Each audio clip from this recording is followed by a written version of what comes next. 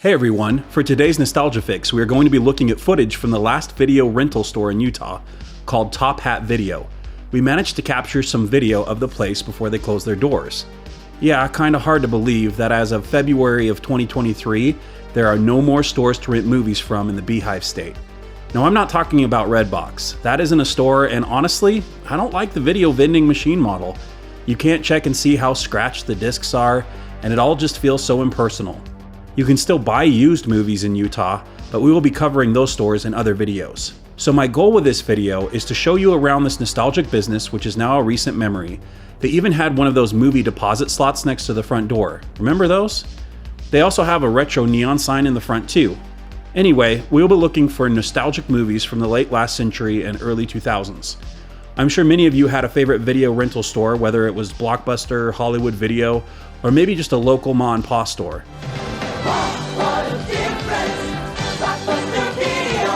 I've never seen 10,000 tapes in one store. With this particular store, my wife has many special memories growing up near this store and rummaging through the various cartoon specials and movies. She loves mermaids, by the way, in case you couldn't tell. This store used to exclusively carry VHS tapes, and I wish there were some left to show you, but as you can see, there are still nostalgic movies here. Starting with the kids and family section, I'm sure a lot of you remember the Land Before Time series. This was a big part of my childhood because I loved dinosaurs more than anything. A lot of you remember Strawberry Shortcake. That was definitely a big part of my sister's childhood. Their room smelled like artificial strawberries for a while back in the 1980s. Right in a cake made of strawberry. Living right in a cake made of strawberry. Strawberry shortcake, wouldn't you know? Now, who could forget Garfield? I had a lot of those rectangle books that were essentially comic books in book form, and they kept me pretty entertained as a youngster. Moving on, you've got Darkwing Duck, the DuckTales series, and Tailspin. I've got to say, that intro from DuckTales has got to be one of the catchiest kids' themes around. Might solve a mystery or rewrite history. Copyright infringement. Disney doesn't want me to play this song. Woo! Next to the family section, you had video games. Unfortunately, this is the entire collection of video games, as the store had already sold out of a lot of their stock, but it's nice to see some gems here and there. Our family loves the Toy Story 3 game down there at the bottom. Moving on, we have new releases, which we won't cover in detail because this is a nostalgic channel, but I think we can all remember that special feeling of finding the last in-stock copy of a new release we were anticipating. Now this is a video store. I didn't see a lot of nostalgic stuff in their TV series section, but I did find this little gem. Anyone remember Who's the Boss? This was definitely a favorite of our family because all of us could watch it, and a lot of the jokes went over our little kid heads.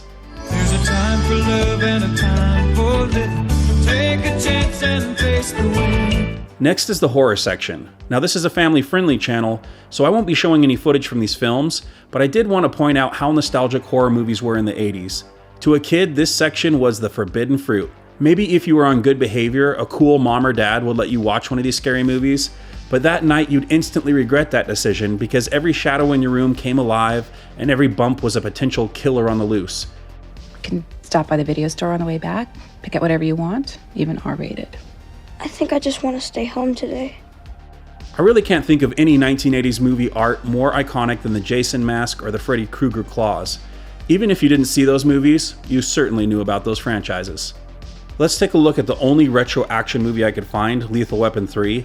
Now, the Lethal Weapon series and the Die Hard series were a big part of the 80s action boom. I did see some Die Hard films on the shelves, but they were more recent movies. As for the Lethal Weapon series, I think for a lot of people this was their first exposure to the buddy cop genre, and it was a very fun series mixed with action and clever wit. For the last genre, we will check out comedy, which is probably the most subjective genre. Here's the Brady Bunch movie, which my wife and I loved. It's a fish out of water comedy where the Bradys keep living into the 90s, but don't change their 70s ways. Definitely worth a watch for fans of the TV show. She's the most far-out chick in my class. You wouldn't believe how much I dig her. Sure I would. I've been digging Sam so long, by the time he proposes, I'll be 6 feet under. Here you have Beverly Hills Cop, which I still haven't seen through all the way. I know. I do remember scenes here and there, however. And as kids, we had an edited for TV copy of Coming to America, which edited out all the spicy stuff, and I remember thinking just how funny Eddie Murphy was. When you think of garbage, think of Akeem. So there you have it, a trip down memory lane. There are very few of these stores left across the country, and now Utah doesn't have a video rental store anymore. My wife certainly found some movies she was interested in buying at only around $2 each. It was quite a deal.